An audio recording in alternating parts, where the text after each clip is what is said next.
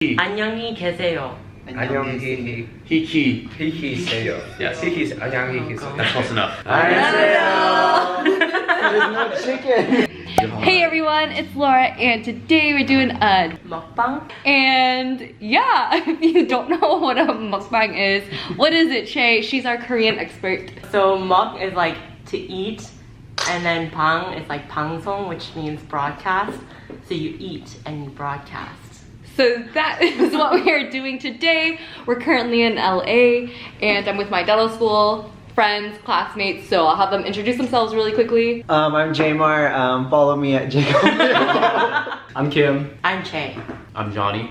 And today we'll be answering your guys' questions that you had on my YouTube comments and from Instagram stories about what dental school is like, any questions that you have about dental school and just like about our lives in general. We're trying out Obi Bear in K-Town, LA. So we've got spicy Korean fried chicken, Korean coleslaw, pickled radishes, and some jalapenos. First question. Let's start. Our first question is, how many hours a day do you spend at school? 12.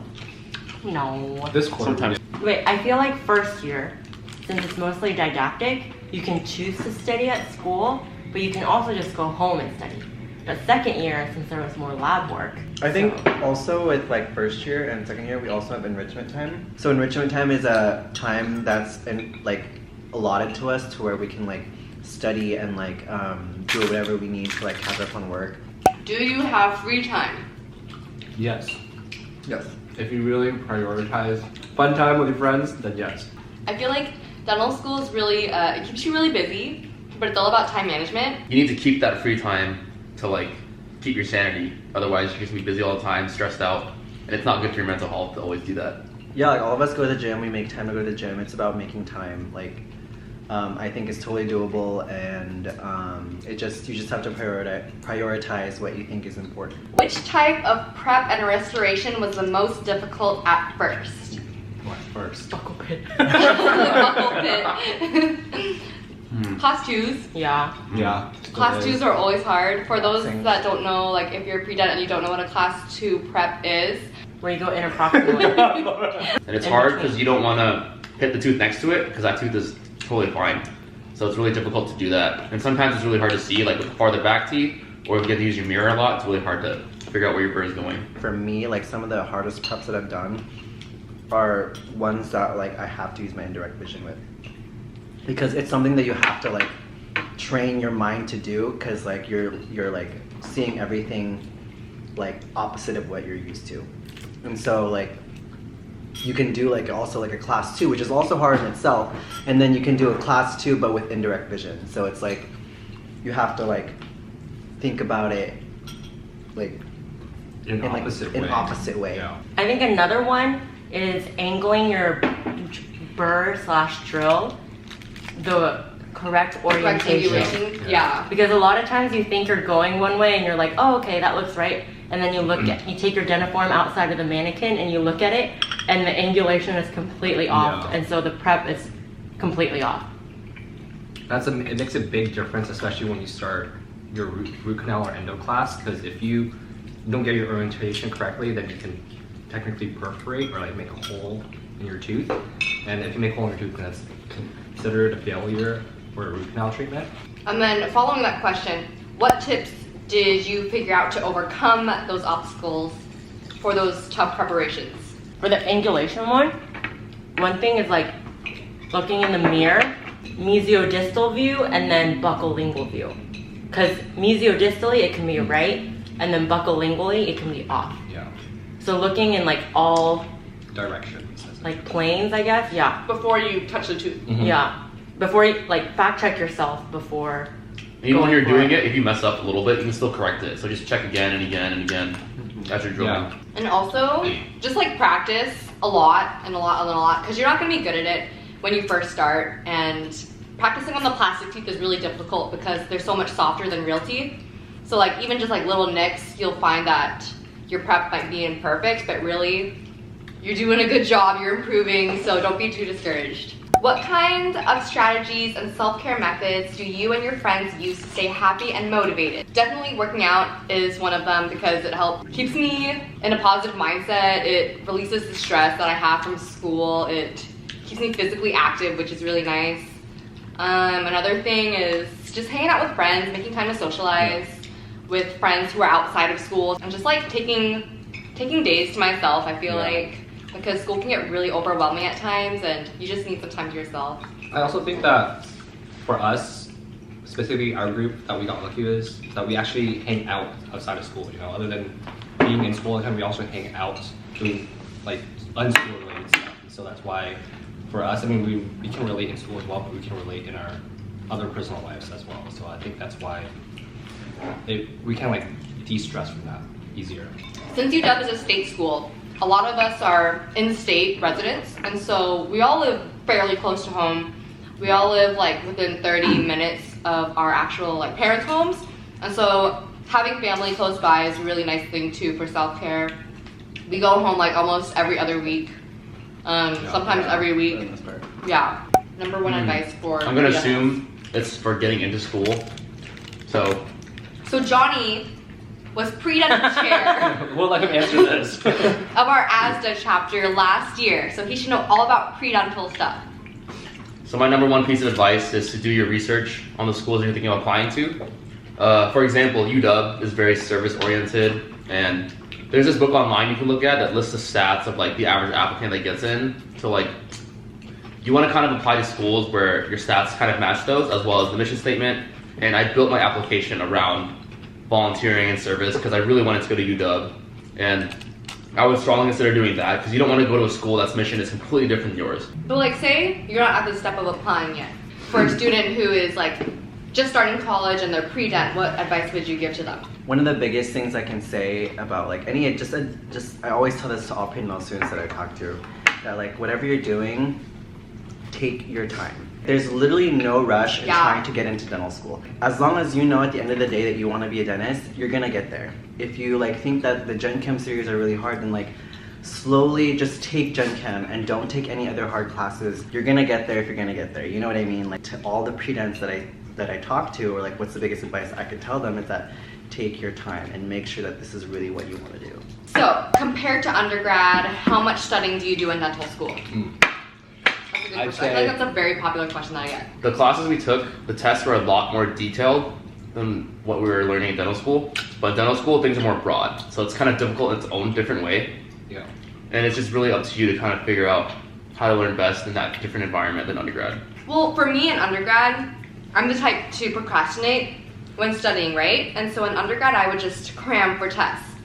And in dental school, you can't do that as much because in dental school, you're learning things that are actually going to be applying to your career, that like knowledge that you need to know. So you shouldn't be cramming that stuff. You should be learning as the class goes on. And so that I think is a big difference, is that you're actually learning to learn instead of learning to take a test. For me, like in undergrad, I had time to like prepare for a test. I had time to like go over my notes like 2 times, or like, you know what I mean? Like I feel like I had that luxury. Whereas like in dental school, you literally have to cram. Like you really have to learn how to cram. Like you literally have no choice. Like I'm that kind of person where like I will not. Are you kidding me, Laura? How to She just spilled a bone on me. Is there anything you wish you would have done differently in dental school so far? I wish that I would have done a lot more volunteering experiences. Yep. Oh really? Huh. You know, I just realized, class vice president, national ESDA, chapter ESDA, can't even get it hours of health and homeless. I didn't do too much extracurricular stuff during dental school. Good thing after 2 years. And I realize that it's pretty critical factor in, especially if you're trying to do like residency or something, that they want to see if, just like when you were undergrad, they want to see if you're doing extracurricular activities when you're applying for like a higher level postdoc or anything. But you should only do it if you're really passionate about it. Yeah. Yeah, don't do it just to make your application or like your resume look better. People can read through your BS. Like, one thing, it's more of a time thing, but sometimes our professors will post like recent journal articles or research papers on the stuff that we're learning. Oh yeah. And like the one time I did read it, I actually learned a lot. And so I do wish that I did that more often. And there's already so much in the like core lecture slides in itself, so it's hard to take the time or like justify the time to go in and read more material. But I told myself, hey, once you start seeing real people, that's when you'll do it. We'll see if it happens. As an introverted person, will I be able to survive dental school? Yeah. Why not? There are some people in our class that are also pretty introverted, and they do just fine. They're some of the best people in class. Yeah, there are many introverts in our class, but they're like still amazing when they talk to patients. And so it all depends on like, you know, how you interact and what situation you're in. But yeah, for sure, you can definitely succeed in dental school. Are there any single ABGs in your class? Right here. Right here. Right here. Right? This one. Oh, me? Very single. Very ABG. I meant ABG as an Asian broke girl.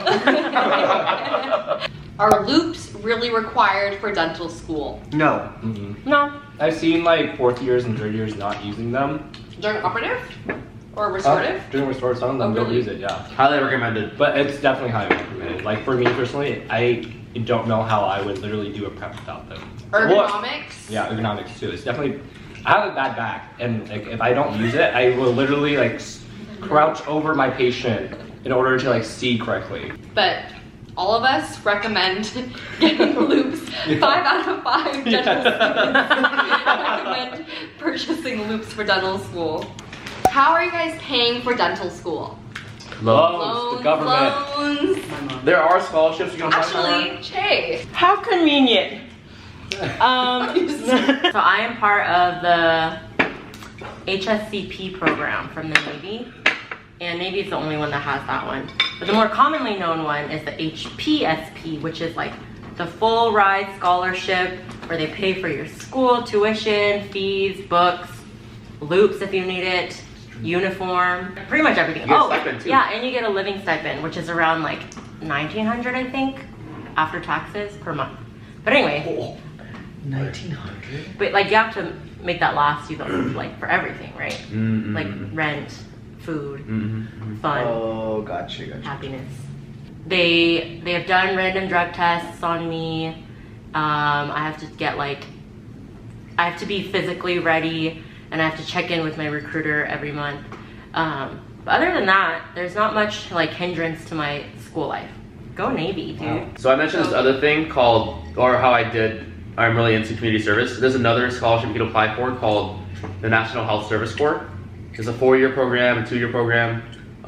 It's like a really big document with all the details, but basically for every year of service that you provide afterwards, you get a year of tuition paid off. And you basically just work at a low-income community clinic, and some of you guys might be into that, so you can look into that. I applied for it, and we'll see what happens with that. So there are definitely options for how to pay for dental school. You can pay it outright if your parents have money or if you have money. You got loans, and you got the scholarship programs. Or get a sugar daddy, dude. Sugar daddy all the way. Oh, by the way, we're all done with the food, so we might clear that up a little bit. So she wants us to clear it up. Yes, Madison. Bonnie cleans up, Madison. Dobby, you've left a spot. Our next question is going to be, what is your favorite memory in dental school so far? My favorite memory was starting summer second year, when we transitioned from literally just waxing up a whole bunch of teeth and then actually going in and starting actually using our drills on our mannequins. My favorite day was the last day of second year. We had a bunch of casts that we had poured up and made and worked on throughout the 2 years of school. And I was just kind of watching people throw them away in various ways, like either just getting all of it at once and shoving it aside, shooting it like a basketball. Kobe! It's furry now, but yes, same idea.